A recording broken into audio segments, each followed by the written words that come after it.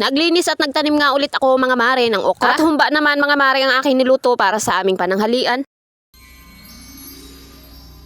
Magandang araw, another day, another mini vlog. Balik kagabi nga mga mare, umuwi kami sa bayan dahil wala nga kaming internet. Nasira at naputol nga mga mare yung linya ng PLDT papunta dito sa amin. Bali umaga pa lang mga mare ay wala na nga kaming internet kaya naman ay hindi talaga ako makapag-upload. Bali 9 PM na nga ito mga mare at umuwi na rin kami dahil napakalamig na nga. At ngayong araw nga mga mare, ito naman ang mga naging kaganapan dito sa aming taniman. Bali maaga nga kaming pumunta mga mare dito sa aming taniman dahil may mga nakaplano nga kami na gawain. Bali ang plano ko lang naman gawin ngayong araw mga mare ay lilinisan ko nga ulit yung aking tataniman ng upo. At meron ako dito mga maring nahingi kay inay na pantanim na okra kaya naman ay itatanim ko na rin. At ang plano lang naman ni Mister na gawin ngayong araw ay ayusin nga daw niya itong mga sanga ng sitaw. Bali nagsisimula na nga ulit mga maring tumalbos kaya naman ay inaayos nga ni Mister yung mga gumagapang sa ibaba. At meron din nga mga nakatagong bunga dito sa ibaba kaya naman ay inaayos na rin niya. Madilim pa kasi mga mare ay namimitas na kami kaya naman kapag nga nakatago sa ibaba ay hindi na nga nila napapansin. Itong sitaw pa naman mga mare kapag nag-oversize na nga ay talaga namang reject na nga sa palengke. Kaya naman dapat nga mga mare ay walang maiiwan para naman ay hindi nga mag-oversize o kaya naman ay mahinog. Pero dahil madilim pa nga mga mare ay nagpipitas na kami kaya naman ay hindi talaga iyon maiiwasan. At dini naman mga mare ay tinapos ko na nga yung aking linisin sa pagtataniman ko nga ng aking upo. Ihahanda ko na nga rin ito mga mare para naman sa mga susunod na araw ay makapagtanim na nga rin ako. Isang repak na upo lang naman mga mare ang aking itatanim at plano ko lang talaga dito ay paggugulayan namin. Pero kung papalarin nga mga mare at bibigyan nga tayo ng maraming bunga ay syempre ibibenta rin natin yung iba. Bali nililinis ko na lang dito mga mare yung tabihan at dito ko nga planong itanim yung okra. Ayaw kasi mga mare ni Mister ipatanim dito sa malapit sa aming mga taniman dahil ito nga daw ay lapitin ng mga insekto. Kaya naman ay naglinis pa nga ako dito mga mare nang pwede ko pa nga pagtaniman. Okay lang naman mga mare dahil malawak pa naman yung space dito na walang tanim. Tanim lang tayo mga mare ng tanim para naman kahit nga gulayin ay hindi na nga natin bilhin. Dahil ang pagtaas talaga ngayon mga mare na mga bilihin ay hindi biro. Kaya dapat ay marunong tayo mga maring dumiskarte kung paano nga tayo makakatulong sa ating mga gastusin. Dahil kung lahat nga mga mare iaasa natin sa bili ay wala talagang mangyayari. Kaya palagi ko nga mga mare sinasabi dito sa aking mga mini vlogs kung meron nga kayong space or backyard ay talaga naman pagtaniman nyo na nga at napakalaking tipid. Dahil minsan nga mga mare bumibili ako sa palengke ng isang taling okra ay talaga namang nasa 10 piso na nga ang isang tali pero ilang piraso nga lang iyon. Pero itong okra naman mga mare ay napakadali nga lang itanim. Hindi siya maselan mga mare kaya naman ay napakadali nga lang niyang buhayin. Katwiran nga nung iba mga mare kung magtatanim nga daw ay kailan pa nga daw mapapakinabangan. Pero syempre para sa akin mga mare hanggat hindi mo pa nga napapakinabangan ay kailangan mong bumili. Pero maganda rin nga mga mare yung meron ka nga asahan pagdating ng araw. Pero syempre itong sinasabi kong ito mga mare ay para dun nga lang sa mga tao na meron ngang space sa kanilang bakuran. Sa panahon ngayon mga mare talaga namang kailangan nating maging praktikal para mabawasan ang ating mga gastusin. At dini naman mga mare ay humba naman ang aking niluto para sa pananghalian namin. Maraming salamat dun sa nagpautang at nagtiwala. Huy! At ang hali na mga mare kaya naman ito kumain na rin niya kami dito sa aming kubo. At tamang bawas nga lang muna mga mare sa pagkain dahil talaga naman lumulubo na naman nga tayo. Kailangan nating maging disiplinado mga mare para naman ay bumalik nga ulit tayo sa dati. Kapag ganito nga mga mare na tumataba nga ako halos wala nga akong ganang magtrabaho. Ang gusto ko nga lang mga mare ay talaga naman parating nakahiga kaya naman ay naapektuhan talaga yung mga pang-araw-araw kong gawain. At hindi talaga iyon okay mga mare para sa aking mental health. Dahil ang gusto ko talaga mga mare sa bawat araw na dumadaan ay meron nga akong natatapos or meron akong mga nagagawa. At kapag hindi ko nga iyon mga mare nagawa ay talaga namang iisipin ko nga iyon ang iisipin. Ganon din ba kayo mga mare kapag meron nga kayong mga nakaplanong gawin sa bawat araw? Hindi talaga okay sa akin mga mare kapag hindi ko nga nagagawa or hindi ko natatapos. O siya kain kayo mga mare hanggang dito na lang. Maraming salamat. Stay safe. God bless. Bye. Bukas ulit.